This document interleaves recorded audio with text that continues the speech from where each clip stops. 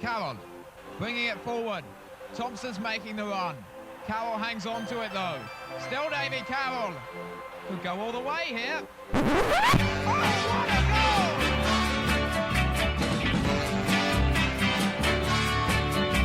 I don't know what it is that makes me love you so. I only know I never wanna let you go. 'Cause you started something, don't you see? That ever since we met you had a hold on me. It happens to be true. I only wanna be with you.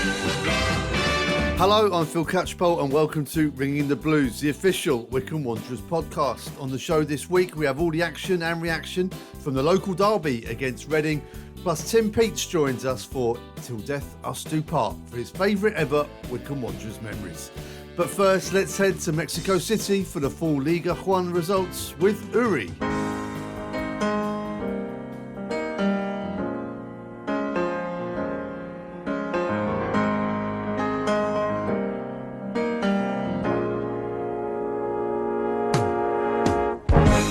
We are ringing the blues from Mexico City. It's me, Uri, and here are the results for League One. Bolton Wanderers 7, Exeter City 0, Carlisle United 1, Charlton Athletic 1, Cheltenham Town 2, Oxford United 0, Derby County 2, Bristol Rovers 1, Fleetwood Town 0, Stevenage 3, Leyton Orient 1, Wigan Athletic 1, Lincoln City 2, Barnsley 2, Northampton Town 2, Cambridge United 1, Peterborough United 4, Burton Albion 0, Portsmouth 0, Blackpool 4, Shrewsbury Town 2, Port Vale 1, Wycombe Wanderers 1, Reading 2. Okay, so we are in a losing or tying streak, and that was a disappointing performance against a struggling team. We go again on Tuesday, so come on you Blues! Chairboys Spanish this week? Not good enough. Okay, enough. Suficiente, from the Latin sufficience. It's the same in English, sufficient or suficiente. Good, bene. No, good, bene in Latin, in Spanish, bueno. And not good enough. No suficientemente bien. No estamos suficientemente bien. Chairboys, come on, wake up. Well, that was it for this week, and I'm back to England with my amigo Filiberto Cachapollos. Adios. Cheers, Uri. The Royals popped across from Berkshire looking for their first away win in over a year. Here's what happened. Wycombe have got a very congested bus stop going on around the edge of the penalty area for this corner. Whipped in by Boys to the back post. Tappers only gets up! Heads it just wide of the post. Keogh goes back to the goalkeeper, Max Striek. Reading will be preparing a substitute. That's a terrible pass from Striek. Goes straight to Aziz. Aziz to Smith. Smith controls, and it's in. He doesn't get a touch, Smith, does he? And Wycombe Wanderers have shot themselves in the foot here in the first half. Striek's clearance went straight to Aziz. He curled the ball in for the run of Smith. I'm not sure if Smith got any contact at all, but either way, it's drifted into the bottom corner, and it's Wycombe 0, Reading 1. Looking to stretch Reading, work the ball from side to side. Tapazoli drifts the ball towards Wheeler. He's got between two. Wheeler heads it down looking for Phillips. Phillips, little turn in the box, goes to the goal and scores! Keelan Phillips, Wycombe with the perfect response. The ball into the box onto the head of Wheeler, who cushioned it down to Phillips. And he's got his second goal as a Chairboy. A wonderful left-footed curling shot past Button. And it's Wycombe 1, Reading 1. Shot comes in, it's a good pass by Nibshot, now comes in and it's deflected in and Reading have the lead again. Lovely pass from Aziz, who faked a shoot, put it out wide, and Lewis Wing slams the ball deflected past Max Striek, and it's Wycombe 1, Reading 2. Keeps it alive, Joe Lowe. Oh, brilliant job. Really good stuff from Joe Lowe, who's fouled Aziz. David Wheeler hits the post. Wheeler shot through a crowded sea of legs, it struck the base of the post and away, and there's a huge shout for a penalty on Joe Lowe there. The referee seemed to take an age to give a cold, hard look at it. Sadlier Left-hand side. That's a nice ball to Boys. Boys looks up, puts it across. Go on. It's to Phillips. First time right-footed shot. Goes over the bar and over the roof of the terrace into the trees. Better from Wycombe. Referee blows his whistle, the free kick's not taken, and Reading have that first away win in over a year. And look at the celebrations of their fans, look what it means to them. It's been a dreadful 12 months off the pitch. It hasn't been much better on it for them, but they've got the win today. Look, we were much the better side in the second half. Reading obviously had something to hold on to. And I'd say that would be the one disappointing thing from that second half, is the fact we couldn't really turn all that play that we had into clear-cut chances. And I just think those goals that we conceded in the first half were very disappointing from our own point of view, and that's literally what the game's come down to in the end, I think. Gaffer, a disappointing afternoon today. Yeah, extremely. I feel like I've stood here quite a bit and said how proud I am of the performance. But today's not one of those days. Unfortunately, we were not good, not where we need to be, and we have to react on Tuesday evening. Where did it go wrong today, in your opinion? First goal, obviously, is very soft from our point of view. Going off script of what how we want to play. We're going away from that, giving the ball away, and then he's gone to pass it inside, and Smith's gone to control it, missed it, and it just rolls in the corner, which is frustrating. We got ourselves back in the game with a good move, from a throw-in down our left, across the pitch, back across the play with a diag from Taff, get ourselves back in the game, and then, you know, from a throw-in, we're set up, we're strong, we're set up well, and obviously, you know, we leave Wingy on the right-hand side, and deflection goes in the back of our net. So it's frustrating. Second half, we obviously hit the post. Lyle has a one-on-one where he's 2 or 3 yards onside and it's given offside. So just, you know, I think it's a whole multitude of things. One, we weren't good enough, and I have to say that we weren't good enough today. Also, key decisions going against us again. So it's frustrating. Was there any optimism from that half time? The reaction, first 10-15 of the second half, Wycombe seemed to be up a gear in that phase. We had to. I wasn't happy at half time. I'm usually fairly calm in those situations, but we weren't good enough first half. We didn't drop on enough second balls. It's a local derby. You have to run hard, you have to head, you have to tackle, you have to do all the bits that go into a winning performance, and I didn't feel like we'd done that in the first half. And we had to respond second half. We come out, you know, we're in the ascendancy, we hit the post with balls flashing across the front, nearly moments, and unfortunately for us today it wasn't to be. Are the injuries taking their toll as well? Yeah, all season we know we've still got 9 out, and plus, you know, JJ's working his way back, so 9/10. He's working his way back. Had to come off against AFC Wimbledon last week after 45 minutes, so hopefully he can be ready soon. You know, we're missing key players in key positions, but it's part of the job. We know that you're gonna have some testing moments, and we're in a testing moment right now, so we have to keep our cool, keep our calm, but we have to be better than that. Was it a Reading side that were desperate for that away win? They'd waited so long, those fans, and heartbreak for them 2 weeks ago. Was that the nature of their defensive display in that second half? Look, I think, you know, you're not going to go on forever losing games away from home, and when you come so close like they did at Shrewsbury a couple of weeks ago, it's not going to last forever. You know, I think we saw with the way the game was played second half that, you know, we played in Reading's half. We were applying the pressure. We were on the front foot. They hit us a couple of times on the break. But when you concede the goals like the way we conceded the goals today, and give an away team something to hold on to with the support they had behind the goal, then it's going to be a tough afternoon from there. A positive was Jack Grimmer starting for the first time for a long time as well, and getting a good chunk of minutes in today.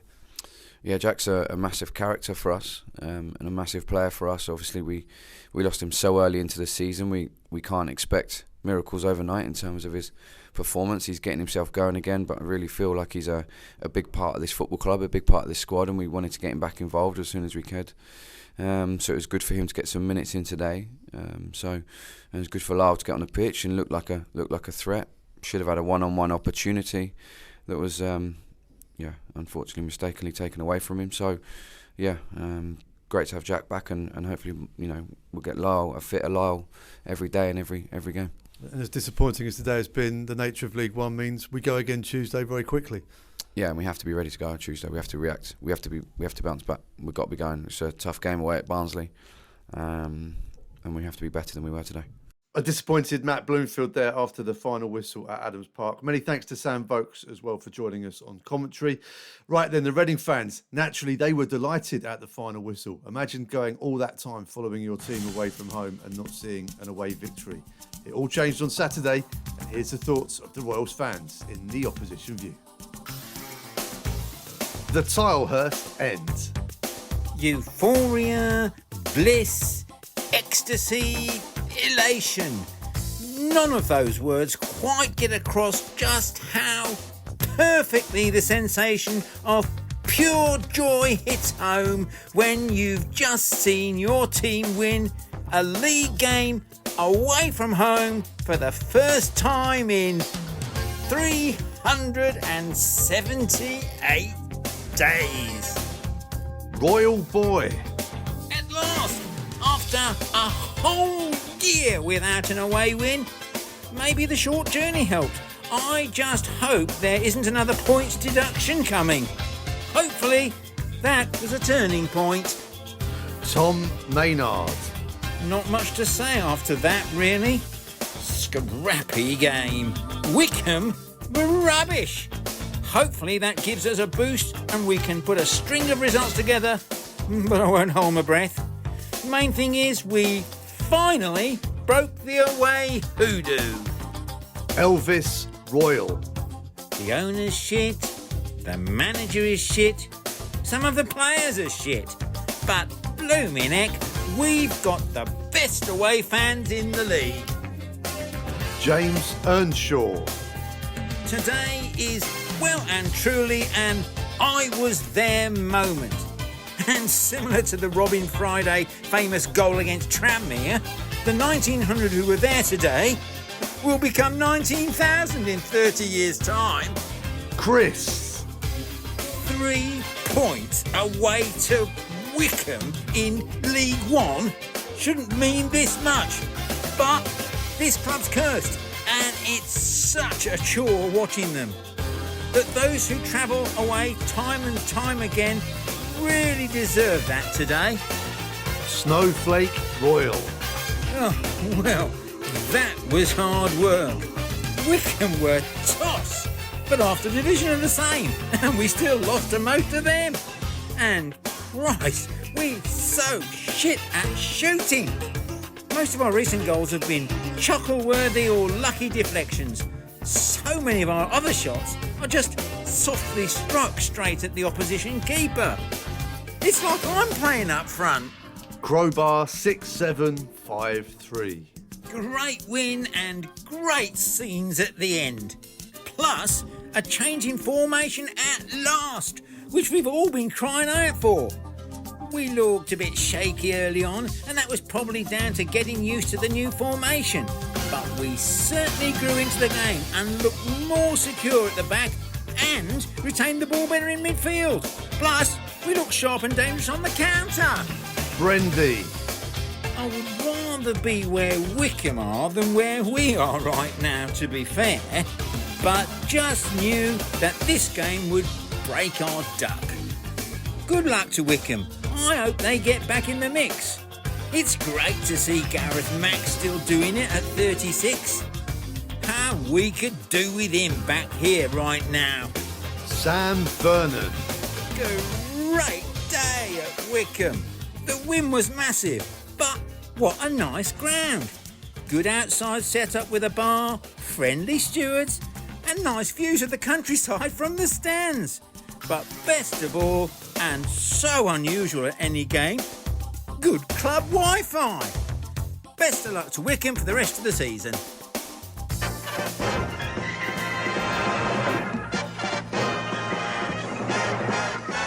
Okay, it's till death us do part. Supporting your football team is like a marriage, it's for life. And we talk to Wycombe Wanderers fans about their favourite memories. Something old, something new, something borrowed and something blue. Don't worry, it will all make sense in a minute. Joining us this week is Tim Peach, who's also our match summariser for the game coming up against Barnsley. Tim, it's almost like we had this planned. It's almost, yeah. Let's say it has been planned this way. Tim, let's find out a bit more about you before we get into this. When did you first start supporting the wonderful Chairboys? So my first game was the FA Trophy semi-final in 1991. And well, I was hooked ever since. So I think we're sort of a not too dissimilar age, Phil. So I never got to see a late game at Lokes Park. My parents thought I wasn't quite old enough to go then, but so I was a season ticket holder through my late teens, then following from afar at university, then living down in London. 12 years ago, I moved up to Manchester with my work. So I sort of tend to follow from afar and try and go to games in the Northwest where possible. We have to reference your work because fans of Test Match Special or cricket in general will know your name because you have a fantastic career in broadcasting outside of your love of Wycombe. Yeah, I'm very lucky. I work on cricket on TMS and on BBC TV as well, and I've done sort of quite a bit of other sports as well. So I've worn my Wycombe shirt around the world. I was once in Sri Lanka with Bumble, David Lloyd, ahead of Wycombe Accrington. So I've got a nice picture of him holding a Wycombe shirt up after we beat them. And yeah, I remember once I landed at an airport immigration in Delhi, and the officer there looked at my passport and he said, "Oh, your place of birth, High Wycombe, sir. Are you a Wycombe Wanderers fan?" I thought, yes, the news is spreading. Did he let you in? He did, yeah. I mean, I wanted to give him a hug. Apparently, that's not the done thing with an immigration officer. I've just come back from 5.5 weeks in India, and I wore my Wycombe shirt out there. The Hummel logo didn't quite make it back. A lot of people did ask me who the team was, and then say, "Wycombe, is that the team with the Hollywood actor in charge of it?" I said, yeah, not quite. Well, Rob Kuig may have a career in Hollywood yet. You know, never say never. Right, let's get stuck into the I reckon feature. that's more Pete than Rob. That could be a good point. Let's get stuck into the feature then. Something old. This is your best ever memory of your time supporting Wycombe Wanderers. Right. So certainly for any Wycombe fan of our vintage, like nothing will beat the 2001 FA Cup run. So I was 16 at the time, and sort of, you know, that era where you start to see the world very differently. And, you know, I remember sort of, you know, mates would walk along to the game and suddenly someone's got a couple of tinnies, or, you know, drinking those on the way. And, you know, suddenly sort of getting a bit more confident. We were going on to the football, and Wycombe were beating teams, and we beat Wolves. And then I remember I had a French exchange student come over, and so I took him to the Wimbledon home game. And poor Sebastian really wasn't that interested in the fact that we'd just drawn 2-2 with Wimbledon, but I certainly was. And the replay, obviously, everyone in wide football always talks about the Leicester game, and funny enough, I was in India with a Leicester fan who was also there that day, so I probably mentioned it most days. But for me, the Wimbledon game, it encapsulated the drama and the tension of football, from sort of the early goal to, you know, the sending off to the late equaliser, Paul McCarthy's equaliser late on, the shootout, Martin Taylor saving and then scoring. It was just the most sort of topsy-turvy game, like the way that sort of your emotions are just wrung out of you. I felt utterly exhilarated, but utterly exhausted at the end of that game. And I felt like I'd played 120 minutes. And it was so utterly thrilling. And at the same time, I remember Keith Ryan had earlier in that cup run moved in opposite our house. And I remember sort of seeing these new neighbours move in and think, that fellow looks like Keith Ryan. It turns out he was. And he is, as well, one of the nicest men ever. And so I got to know him. And I felt, not only did I feel like this is my club who, battling for a place in the FA Cup quarterfinals, but that's my neighbour over there, as I told anyone who was near me. Selhurst Park that day. And I really cared. And so when he ballooned his penalty sort of high into the sky, I thought, well, that's it. And not only am I feeling bad, but I feel bad for, he's not just my neighbour, he's my mate, everyone. Yeah, he's my mate. He's fine. He said hello to me a couple of times. But just that sort of high and low of emotion. I can feel it again now when I talk about it. It was an amazing night, and the game literally had absolutely everything. I was chatting about this game the other year to someone else, and both of us had forgotten that Wimbledon had actually missed a penalty at some point during the game as well, ahead of the penalty shootout, which would have changed the course of history. I always have to look the game up. And every time I look up sort of like one of the reports on Chairboys on the net or something, like, oh yeah, I forgot that Michael Simpson got sent off, or I forgot that, exactly as he said, Wimbledon missed the penalty. Or so we got there quite late. We were stuck in traffic. And I think basically as we got out to the seats, Wimbledon broke through and scored. I think, was it Patrick Adjumang or someone like? I think it was some guy called Gareth Ainsworth. I never knew whatever happened to him. He scored first. I think he did. Yeah. Well, so what happened to him then? No idea. Never heard of him again.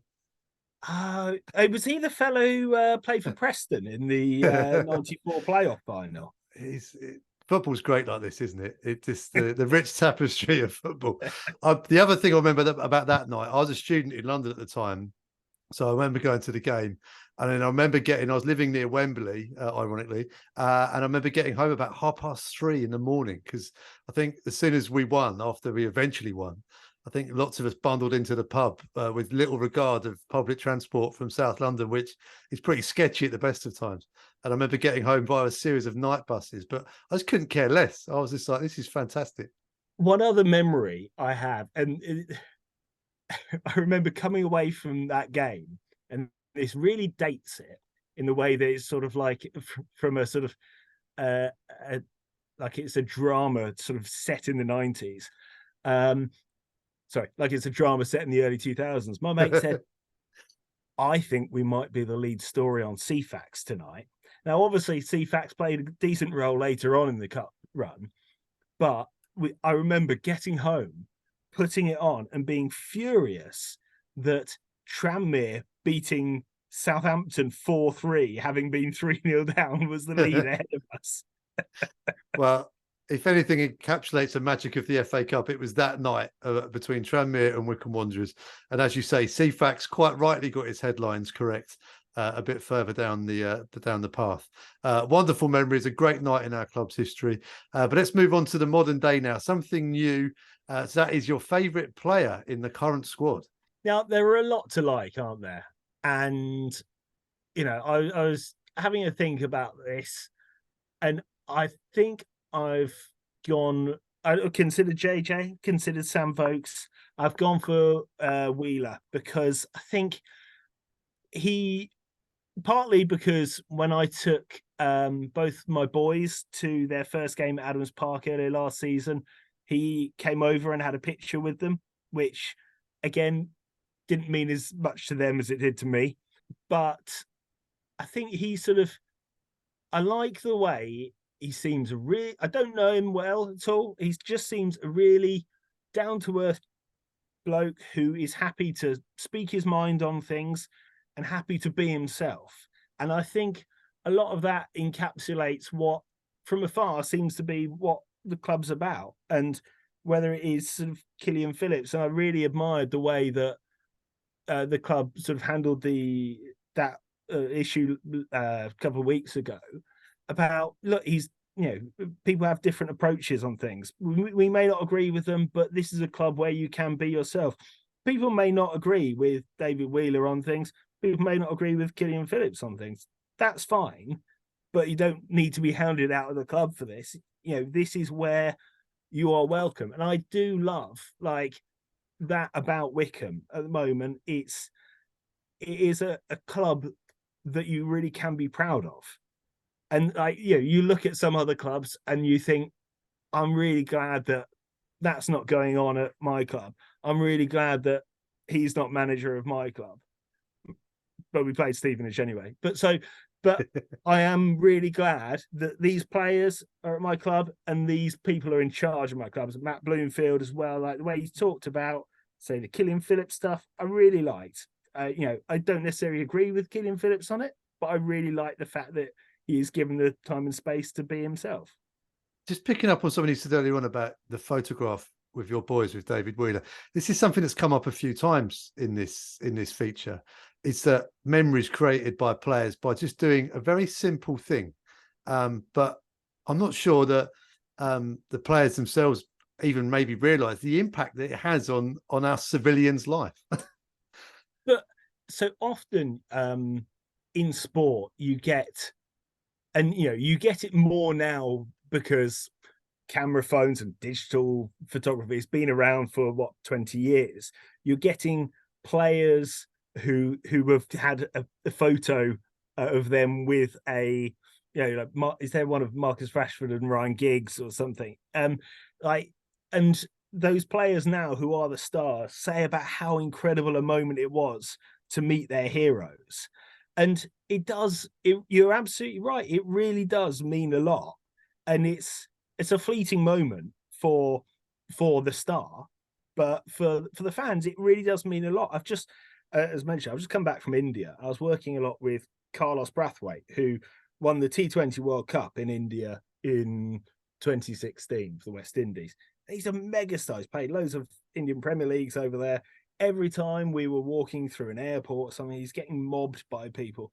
And I was really impressed by the way he said, look, we can all have a selfie, but just take your time, one by one, and we'll get through. And you could see, it took a lot of Carlos's time, but each time that person went away with an absolute huge smile on their face, just had a picture with a superstar. They're going to go and tell their friends about it. And it's the same with with meeting players, whether they're Wycombe players, whether they're big footballers, cricket stars, tennis, whatever. It means so much to fans. Yeah, and at Wycombe Wanderers, and I guess lower league in general, it's a lot more accessible. There's that famous clip, isn't there, of Megan Rapinoe doing that autograph for someone and didn't even look at them. And it was this she must have been having a bad moment there or whatever. But in the Arsenal team, headphones on, head down, walking off the coach, ignoring all these young fans. At League One and at Wycombe Wanderers especially, it's always there for the players and the fans to have that moment together. It doesn't look great to the outsiders. You don't know what's going on in people's lives, but it absolutely does mean so much when, certainly for my oldest son, who has got a couple of photos with a couple of players now, every time I tell him, that Wycombe have won, he said, "Oh, did Joe Jacobson score?" Not today. But he knows he looks out for him always. Yeah, means a lot. Fantastic. Right, let's talk about players that aren't necessarily ours, but they belong in our hearts to a certain level. It's something borrowed. So this is your favourite loanee or controversy, and still no one has gone down this route yet. Player that you wish we had signed, no matter how controversial. Right. So here, I'll give you a player I wish we'd signed. And I think we're going back to, again, early 2000s. And I mentioned that Keith Ryan lived opposite. And by this time, I've wheedled my way in with him. And I was doing some gardening work for him. And he said to me, "You'll never guess who turned up at training." I think it was the start of the next season after the cup run. So start of 01-02. And I said, "No, go on." He's like, "Come on, have a guess." I was like, "What? Big player?" Yeah. Really big player. "What? Played in Premier League?" "Yep." "International?" "Yeah." I don't know. And he gave me the exclusive that Neil Ruddock had turned up No. at Wycombe training, and they were looking to buy him. Now, I was sort of, I was what, 16, 17 by that point. And so I was like, he's just, I knew that I sort of wanted to get into sports journalism, sports broadcasting. I thought, he's just given me an exclusive here. I said, can I use that? I mean, I didn't know where I was going to use it. I didn't have anyone I was working for. He went, well, no, but like, have it standing by in case he does sign. So there was like a fans website I wrote for at the time for free, but just thought it would be good experience. And so I had this piece ready to go. Neil Razor Ruddock signs for Wycombe. And he never did. Having made a big claim that I've got this exclusive. Yeah, it never happened. So the reason you've chosen Razor is purely because you've done the work and it was ready to go, and you're like, I've got it. This is my big break, and it never happened. Exactly. Imagine what the football journalist I could have been if only Razor had signed for Laurie Sanchez. Wow, what a story that would have been. And well, it just leads me to remember when Akinfenwa first played for Wycombe, and they didn't have the shorts big enough for him yet. Maybe that could have been another precursor of Shortsgate for Wycombe Wanderers. Could have dug out razors from back in 2001. Marvelous. Well, I'm really pleased you've done that. A, because it's not a loanee, it's someone who's gone down the other route. But also, what an exclusive here on Ringing the Blues as well. Like Alan Hutchinson, breaking news, but about 25 years later. Right. On to something blue. Now, this is could either be your favourite piece of Wycombe merchandise that's in your possession or that you've seen, or your best idea for something the club's missing out on in the club shop. So this is my favourite piece of merchandise, but it's completely unofficial. And it is a lovely light and dark blue scarf that my late grandma knitted for me. And it is as long as a Harry Potter scarf, and it can wrap around about 5 times around my head. Admittedly, it is version 2 because I left version 1 in a nightclub in Bristol. But she was good enough to knit me a second one. Do you know what? It's a lovely scarf, but B, also, it makes me think of, like, every time I put it on, I think of my late grandma, and it makes me think of family and Wycombe. And it was my family that got me into supporting Wycombe, my older brother. I had this scarf with me as we went down Wembley Way 2 seasons ago for the Sunderland game. And for me, sort of emotionally, Wycombe, it's sort of tied in with my family. I don't live in Wycombe anymore. My parents still do. And as I walk down Wembley Way with my oldest son, my dad, my brother, his oldest son, I thought about me and my brother and my dad walking down Wembley Way in 91, 93, 94.